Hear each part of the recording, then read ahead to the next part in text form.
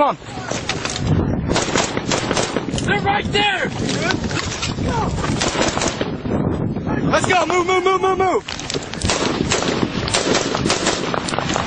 This is C.J. Chivers of the New York Times.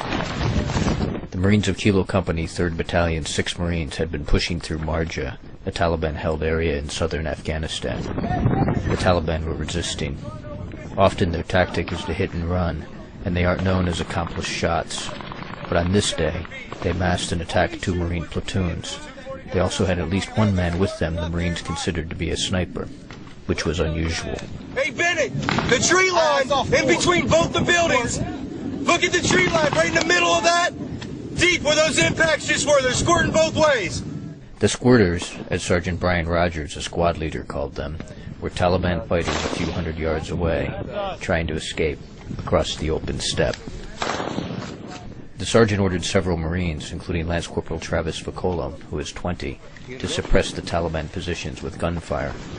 I want you low, though, Vicolo. I got it. Hey. At least one sniper, maybe more, was adjusting his shots.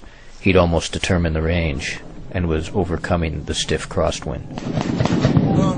Listen closely as bullets pass overhead from a rifle heavier than a Kalashnikov. Right over. The Taliban usually shoot poorly. Not today. Sometimes in a firefight, inches matter. A dirt wall in the right place, like this one, can mean the difference between living and dying, especially at times like now, when a gunman in hiding has found the range. Hey! That's accurate fire! Give you a direction and distance. The sniper is likely using a rifle like these, which were found hidden in an Afghan home several hundred yards away. They're Lee Enfields. One was made in 1942. In the right hand, it's still deadly. The Marines here were working on a clear, an early step in the phases that now define American counterinsurgency doctrine. The goal was to push the Taliban out of the area so that government might be established and security transferred from American to Afghan hands. They expected this fight. They expect more. In a lull, Sergeant Rogers ordered a Marine to fire a smoke grenade near the presumed sniper position. Not too far. You're marking the building. Hit him. Yeah, that's good. That's a good shot. That's funny. Yeah. Good shot. Its plume will mark for incoming air support. The sniper replied. Oh, he didn't like that, did he? Oh, that pissed you off a little bit. This is 2-2. I got green smoke on the ground in front of the building we're taking very effective fire from. How copy? Afghan troops fired rocket-propelled grenades. The return fire built. They're accurate.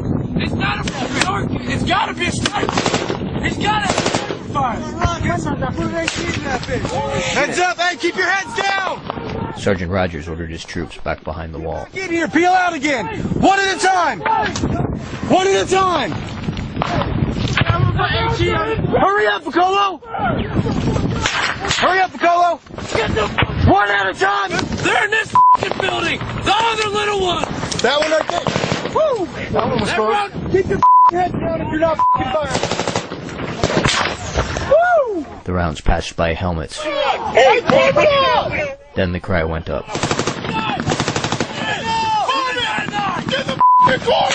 We got it.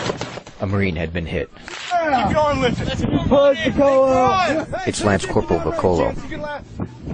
Though he had barely been exposed, Lance Corporal Vicolo had been shot through the shoulder. His bad luck was mixed with good. The round missed the bone. This was his second combat tour. He's the son of a Vietnam veteran.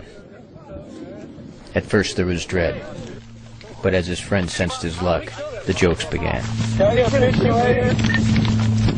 really cool. Vicolo was lucid. He gave his medical tag information. KV4647 OPAWS. What is it? KV4647 OPAWS. Had the bullet struck Vicolo an inch to the right, it would have shattered his shoulder joint, changing his life. 7 OPAWS. 8 inches to the right, it would have found throat. He's okay. He's back on his gun. 1 instant of good fortune means little the next. After Vicolo was shot, Marines working at a distant camp fired at least one guided ground-to-ground missile to help Kilo Company's fight. The ordnance did not hit the compound from which these Marines were taking fire. It hit another, nearby, several hundred yards to the left. At least 12 Afghan civilians were killed, including 5 children.